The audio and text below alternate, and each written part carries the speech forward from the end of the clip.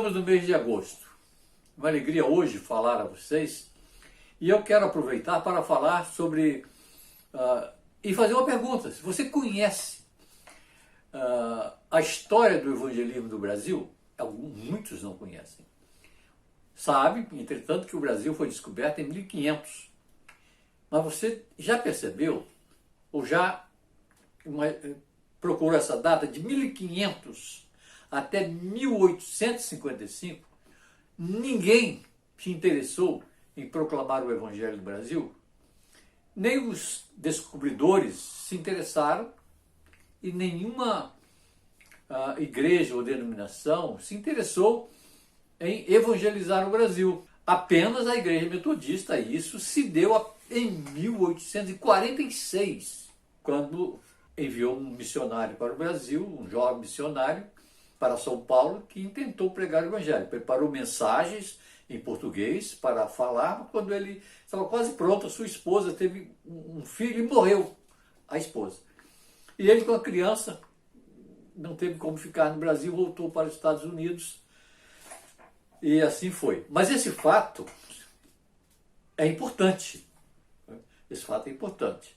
Você vai ver daqui a pouco como isso aconteceu e ajudou muito a evangelizar o Brasil.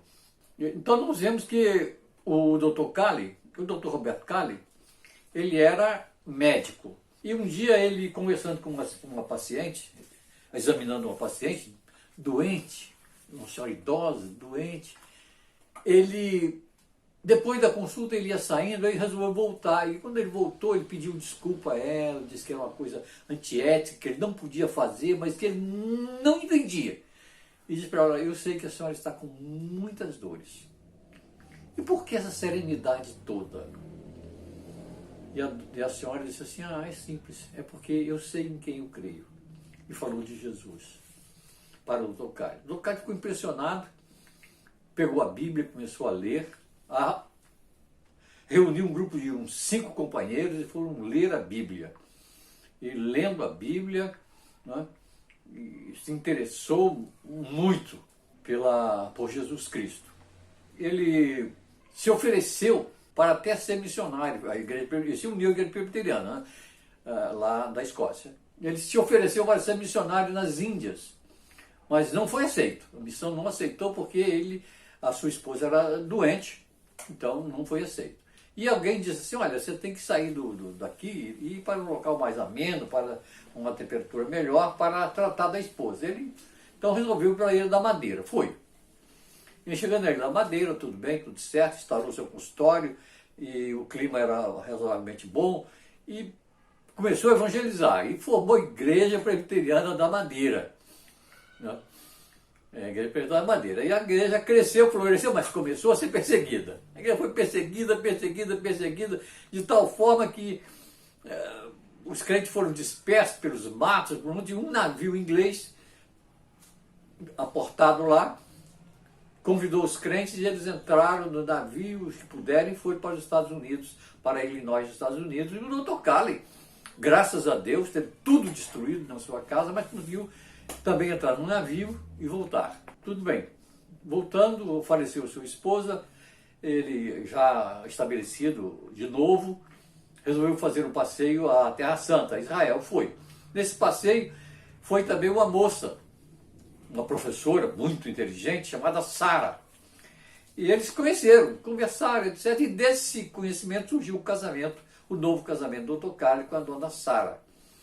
Desse casamento, né, ela rapidamente aprendeu português, estavam por ali. O Dr. Cali decidiu visitar os crentes de Illinois, na igreja presbiteriana, nos Estados Unidos. E ele foi com a dona Sara, visitaram, e lá ele tomou conhecimento desse missionário que esteve no Brasil e leu um livro que ele escreveu, né, sobre o Brasil. Ficou muito impressionado com o Brasil. Retornando para a sua terra, ele e a sua esposa decidiram: olha, eu acho que nós temos que ir para o Brasil, nós somos chamados para o Brasil, porque conhecemos o português, né, etc.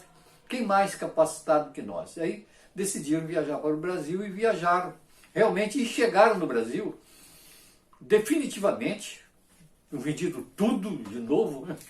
e chegaram em maio de 1855 no Rio de Janeiro. Chegaram, alugaram um apartamento, alugaram um hotel, etc., estavam lá, mas não durou muito. O Rio de Janeiro não era lugar para se morar, era um local muito ruim, as ruas muito fedidas, o pessoal fazia as suas necessidades em casa e os criados jogavam tudo pela janela. Então as ruas eram péssimas. O Dr. Cali não resistiu muito com a dona Sara, decidiu encontrar um lugar melhor e procuraram, foi para Petrópolis. Petrópolis, eles se alojaram no Hotel Costa do Sol. Aí no Hotel Costa do Sol, outro clima, outra vivência, e tudo certo. E aí aconteceu o quê? No dia 19 de agosto de 1855, lá no Hotel Costa do Sol, a dona Sara reuniu um grupo de crianças, 5 meninas, para falar sobre a escola dominical. A primeira escola dominical no Brasil foi a dona Sara, no dia 19 de agosto, às 17 horas, um dia chuvoso, falando para 5 meninas e falou sobre o profeta Jonas. Logo depois, o Dr. Cali, aos domingos, dava aula de madrugada, bem cedo, para os escravos, né, para que eles pudessem depois fazer o café para os seus senhores, e mais tarde ele dava aula para os portugueses, os ingleses, sim, já era aí tudo em inglês. Então nós vemos que chegamos aí, em 1855, o Evangelho chegou com o Dr. Cali e a dona Sara Cali. Não é? Ficaram em Petrópolis um tempo, mas o objetivo era Rio de Janeiro, e vieram para o Rio de Janeiro. Arranjaram um local no Rio de Janeiro e moraram no Rio de Janeiro, né, e tal, e fundaram a igreja. A igreja foi fundada no morro ali, Morro da Saúde, lá e tal. Tem muita perseguição, muita pedrada, muito caco de vidro pelo caminho para eles pisarem, mas mesmo assim não há como, o Evangelho floresceu, não é? E chegou no Brasil. O Dr. Cali não veio em nome da Igreja Presbiteriana, ele não veio em nome de denominação nenhuma, ele veio proclamar o Evangelho no Brasil. No Brasil. Tanto é que ele estava aqui ministrando e alguém disse a ele: Cali, você precisa resolver a sua vida, você nem ordenado é, nem consagrado você é. E aí o Dr. Cali despertou que ele precisava ser consagrado, pediu um amigo lá na Inglaterra para organizar. Ele convidou 5 pastores de diversas denominações e eles consagraram o pastor Cali, a pastor, né? E aí ele continua no Brasil, evangelizando o Brasil e florescendo o trabalho aqui no Brasil. E então, depois dessa fundada igreja, ela funcionou na Rua Larga, na Marechal Floriano, em 2 endereços, e foi assim até fixou na igreja ali na Rua Camerino, 102, e ela se tornou então a primeira igreja evangélica do Brasil, sem nome. Então vieram depois as outras denominações, vieram presbiteriana, metodista, batista, etc. E congregacional não existia, porque era igreja evangélica. A igreja congregacional só passou a existir em 1914. Então ele não organizou a igreja congregacional, ele não veio para o Brasil organizar a igreja congregacional. E assim veio evangelizar o Brasil. E assim o Brasil começou a ser evangelizado. Hoje estamos com centenas de denominações no Brasil, centenas de igrejas, mas no aspecto geral nada mudou de 1855, pois o Brasil continua incrédulo em muitos aspectos. O Brasil continua necessitando de ser evangelizado. O Brasil continua necessitando de obreiros para proclamar o Evangelho, puro e simples.